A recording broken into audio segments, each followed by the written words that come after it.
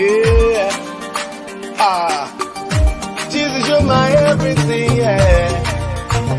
My everything is you, Lord. Yeah. Ah. Bonjour à tous, bienvenue dans ce nouveau numéro de notre émission Je veux comprendre. Aujourd'hui, nous allons travailler sur un sujet qui s'intitule La malédiction générationnelle, une réalité ou une illusion. Vous n'êtes pas sans voir que dans la vie, ou bien dans certaines familles plus précisément, il y a la répétition d'une certaine habitude, des comportements, et on se demande si les descendants de cette famille n'héritent pas de leurs parents et ces comportements-là. Et cela nous renvoie à se poser la question si la malédiction générationnelle est réelle. Aujourd'hui, nous avons sur notre plateau un devancier qui s'appelle Assoba Henri. Bonjour devancier. Bonjour mon frère. Comment vous allez? Je vais bien chez vous. Ça va également.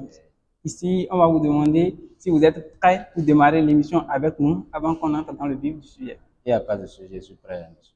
Ok, là, on peut démarrer.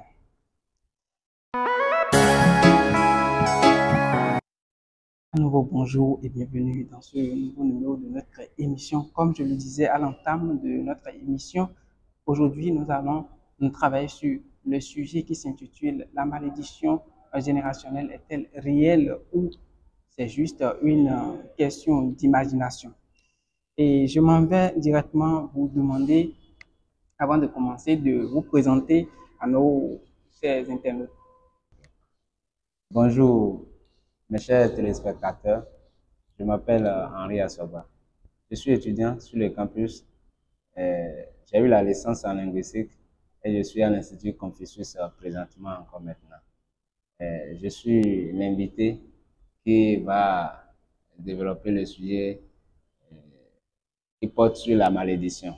Voilà, je vous remercie. Ok, merci beaucoup. Devancier sans tarder, on va vous demander qu'est-ce qu'une malédiction générationnelle?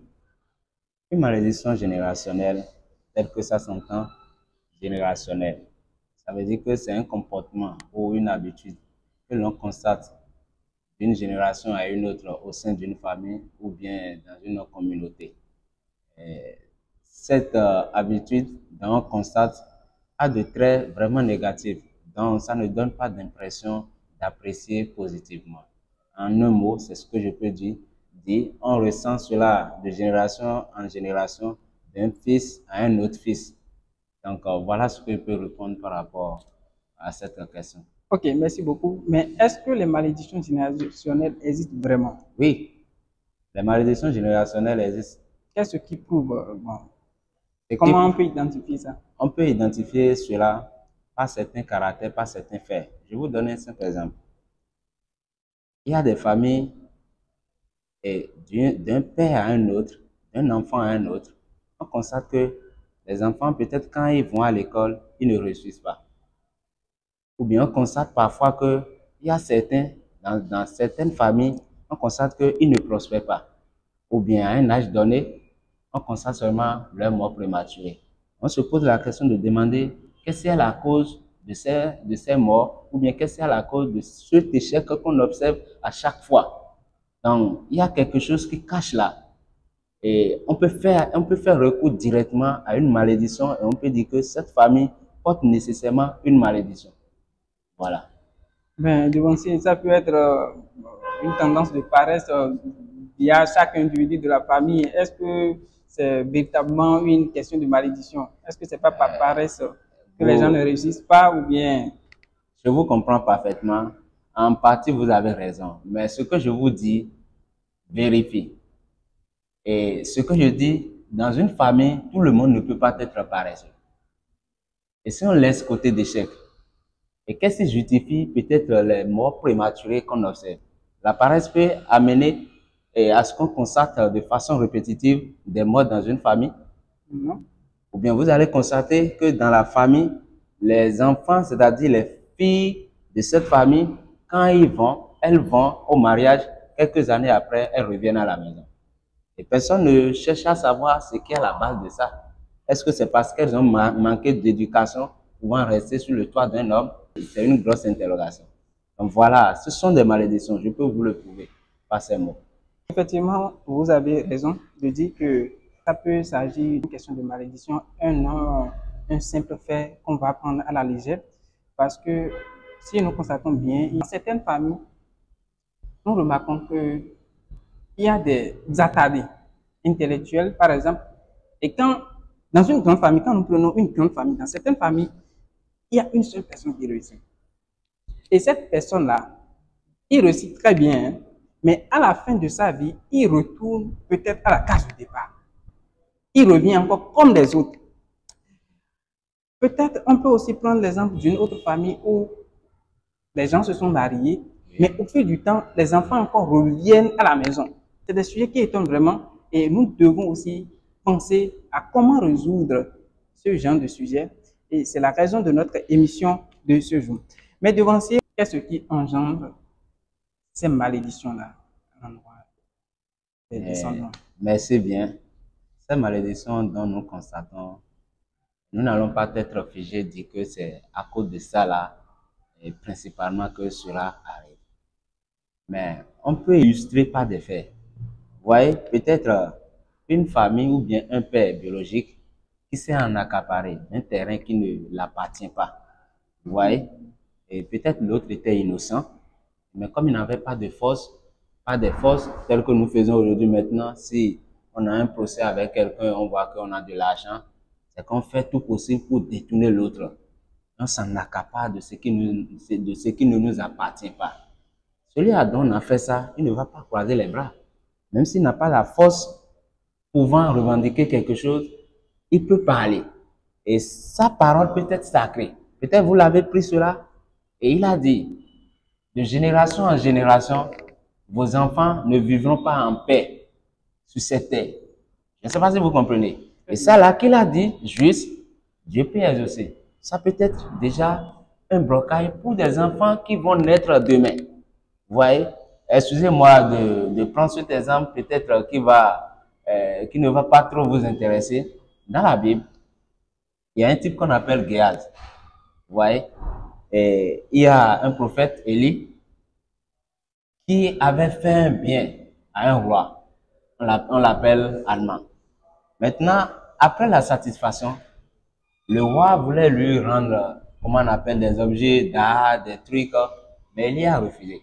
Que cela vient de son Dieu, que c'est Dieu qui a guéri, que ce n'est pas lui qui a guéri. Maintenant, lui, Géaz, qui est le serviteur de Élie, il a pris par derrière. Et il est allé voir Aman et dit que Élie a d'ici. Et Aman n'avait pas refusé. Il lui a remis tout ce qu'il voulait. Quand il est revenu à la maison, Élie a su que certainement mon serviteur a fait un geste qui n'est pas vraiment très bien. Et par la colère, Élie a dit, à partir d'aujourd'hui, puisque Aman souffrait de lèpre, Élie, par la colère, Élie a dit que, comme tu as fait ceci, de ta famille et toi-même, vous serez toujours dans ce mal à perpétuité.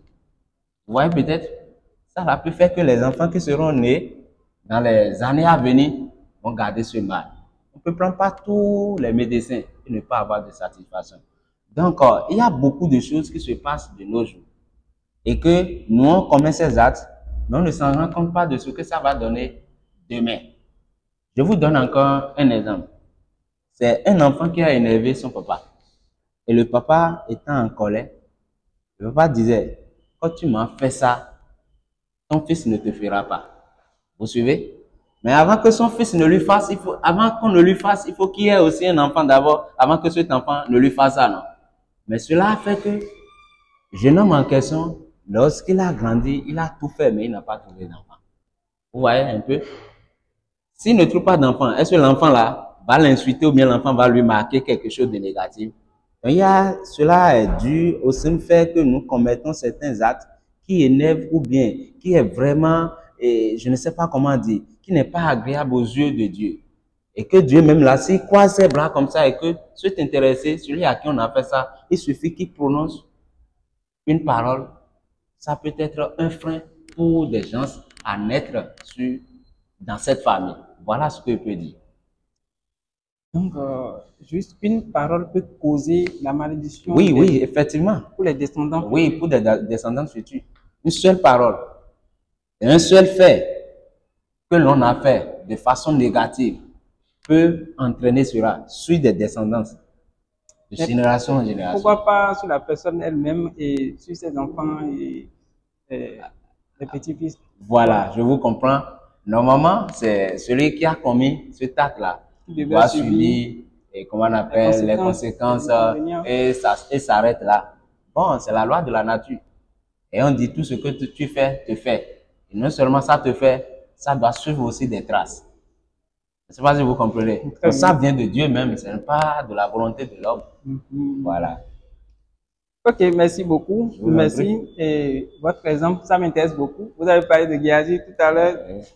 Ça m'a aussi rappelé, bon, ici nous parlons de tout ce qui concerne l'évangile aussi. Vous comprenez? Donc, si vous avez des exemples à partager qui concernent la Bible, mettez-vous à l'aise et donnez tous les exemples que vous voulez. D'accord, merci, Voilà. merci. Et déjà, j'aimerais vous demander si c'est possible de s'en débarrasser de ces générations et de ces malédictions générationnelles. Ou bien, si on commence par reproduire les problèmes, quand les problèmes deviennent récurrents, est-ce qu'on peut déjà, au cours de sa génération, arrêter ces phénomènes sur sa vie? Est-ce qu'il y a possibilité? Oui, il y a possibilité. Il y a possibilité en ce sens que Oui. les gens disent que l'ignorance est la plus grande mal de vie. Et celui qui ne connaît pas ce dont il souffre, il serait toujours en train de souffrir jusqu'à la fin. Si tu sais et que tu es un enfant et tu vois que mon arrière-grand-papa, c'est de ce mal, il n'est plus. Oui. Mon grand frère, il a souffert de ce mal. Oui. Dans ma famille, il n'y a personne qui a évolué jusqu'à avoir au moins même la licence. Tu vas commencer par te poser la question. Et de là, qu'est-ce qu'il faut faire? Il n'y a pas encore une autre méthode propice que je vais le dire. Excusez-moi. Mais ce que tu peux faire, c'est envers Dieu, tu peux te retourner à la prière intense. Demander la rémission des péchés de tes grands-parents et de toi aussi. Par la prière intense, Dieu peut prendre pitié et ne plus vous frapper de la même, comment on appelle, de la même maladie ou bien de la même souffrance que vous constatez dans cette famille. Donc, c'est possible qu'on peut arrêter ce mal ou bien cette malédiction. Elle n'est pas éternelle et c'est fini. Si tu as su et que tu y mettes, tu peux t'en sortir de ça. Voilà ce que je peux dire. Merci énormément de Devancier. Déjà, je peux retenir que c'est pas parce que vous êtes fort que quelqu'un que vous allez essayer de le manipuler. Non, non. Voilà. Parce que cette personne, avoir tout ce que vous avez donné comme exemple, peut prononcer une parole sur votre vie. Et cette parole peut aussi avoir des impacts négatifs. Et c'est ça aujourd'hui, nous appelons sur notre plateau aujourd'hui malédiction générationnelle. Et cette malédiction générationnelle peut aussi attaquer vos enfants, vos petits-fils et les descendants à venir. Donc, c'est aussi très important de prendre conscience de ces informations, de ces enseignements pour bien vivre sa vie et surtout pour bien penser à la future génération, à ses futurs descendants. C'est très important. Vous avez dit que c'est pas la malédiction générationnelle n'est pas une fatalité en quelque sorte, non, mais on peut toutefois se guérir de ces inconvénients. Oui. Donc, vous qui nous suivez actuellement et qui sentez peut-être certains problèmes, ça peut être financier, ça peut être sanitaire, oui, parce que vous avez donné l'exemple de la lèpre, par exemple. Oui, oui. Vous avez donné aussi l'exemple des familles où les gens n'évoluent pas. Donc, ça peut être professionnel également, ça peut être d'autres bords, ça peut être aussi comportemental. Parce qu'il y a dans certaines familles des enfants qui fument, des voleurs. Oui. Et ça se transmet des parents aux petits-fils, des familles qui vivent une vie de ghetto. Ce n'est pas une manière de juger quelqu'un ici, mais c'est pour que les choses changent que nous sommes en train de faire cette vidéo. Donc, prenez ce qui se passe avec vous, prenez ça en conscience. C'est-à-dire, pensez d'abord que ça là, ça s'est déjà produit, c'est mon père, c'est ma mère ou bien c'est mes grands-parents et je dois empêcher ça. Et comme solution, vous avez dit, pensez à Dieu. Oui, de se retourner à Dieu, oui. Voilà, de se retourner à Dieu, Oui. de prier ou bien de... Voilà. Vous avez dit qu'il n'y a pas une solution fixe. Oui. Mais la solution fondamentale, c'est de Se donner à Dieu. voilà, Oui. de se confier à Dieu. Et nous vous remercions beaucoup.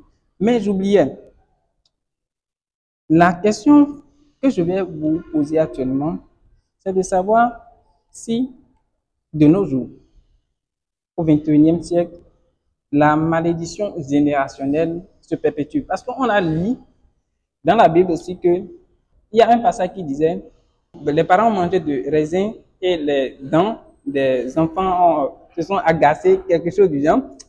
Et puis, on a dit que cette, comment on appelle, cette logique-là, ou bien cette loi-là, ne va pas, c'est Dieu même qui parle, je pense, mais Oui. ne va pas se régénérer sur les autres. C'est-à-dire, si quelqu'un fait quelque chose maintenant, il est responsable de ses actes.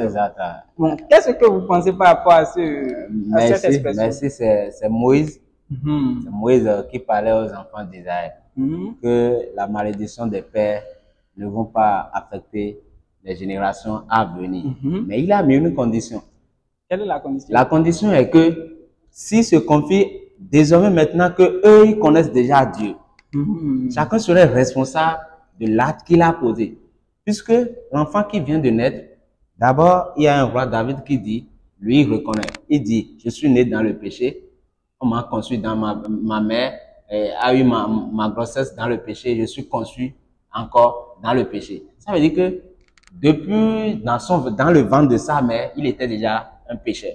Vous comprenez? Oui. Mais quand Moïse parlait au fils d'Israël, Moïse disait, le péché d'un père ne doit plus atteindre vous qui êtes en train de naître. Mais déjà, vous n'êtes plus dans l'autre alliance. Vous êtes déjà à Dieu. C'est pourquoi j'avais dit auparavant que on peut régler ce problème, éradiquer ce problème, parier ce problème si on se confie à Dieu. Une fois que maintenant toi tu es à Dieu, tu ne peux plus encore être atteint par ce mal. C'est ce que disait Moïse. Voilà. Ok, très bien, merci beaucoup pour l'explication. Donc, ça veut toujours dire même chose. Exactement. Voilà, ok, très bien, merci. Et je vais dire que nous sommes déjà à la fin de cette émission et nous allons vous demander votre mot de fin. Est-ce que vous avez quelque chose à partager aussi pour appuyer le sujet d'aujourd'hui? Vraiment, merci, mon frère.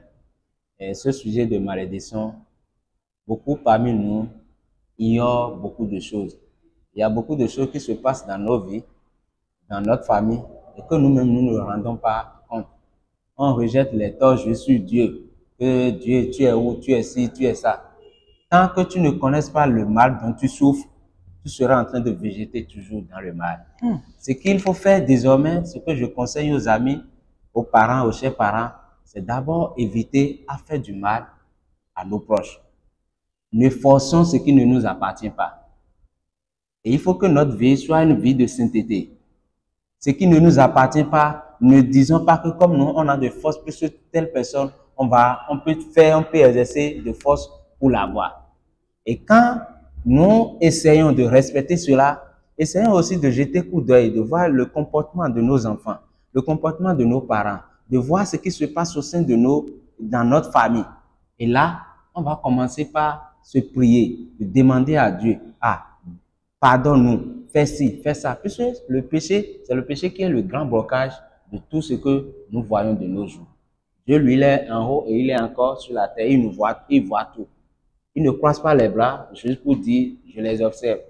Maintenant, mais une fois qu'on a su que quelque chose ne va pas, ton enfant n'a pas une bonne éducation malgré tout ce que tu fais, il faut l'amener vers Dieu.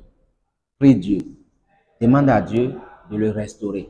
Peut-être si c'était une malédiction, ou bien c'était une parole qu'on avait déjà peut-être prononcée, sans que toi-même tu ne le saches pas, et que vous vivez sur la terre, ça peut être en train de marcher sur vous. Mais étant déjà en contact avec Dieu, tu demandes ses rémissions du péché et autres, Dieu peut parier ça. Vraiment, ce sujet, c'est un sujet très important que nous ne devons pas banaliser. Merci, mon cher. C'est nous qui vous remercions énormément, surtout pour votre patience aujourd'hui, parce qu'il faut dire qu'au début de cette émission, ça n'a pas été facile. Nous avons fait certaines tracasseries pour arriver ici. Et nous, oui. Donc, merci énormément. Oui. Ce que j'ai noté, il faut dire que la connaissance est la mère de toute science. Vous avez prouvé que pour réussir dans la vie, il faut prendre conscience de ce qui se passe avec soi. Si vous avez constaté, par exemple, les cas de répétition de problèmes dans vos vies, vous pouvez faire recours à le sujet d'aujourd'hui et commencer par militer dans les pas, les directions que vous avez énumérées, les résolutions. Comment faire pour s'en sortir? Se diriger vers Dieu. Parce que ce n'est pas une fatalité. Vous pouvez quitter ce mauvais joug-là. Et nous vous disons une fois encore merci. Merci à vous aussi. Nous sommes à la fin de cette émission. Prenez bien soin de vous. Vous êtes sur CTV. Sur CTV, c'est la lumière de la parole, c'est la vérité. Suivez-la, elle vous affranchira davantage. À la prochaine. Bye bye.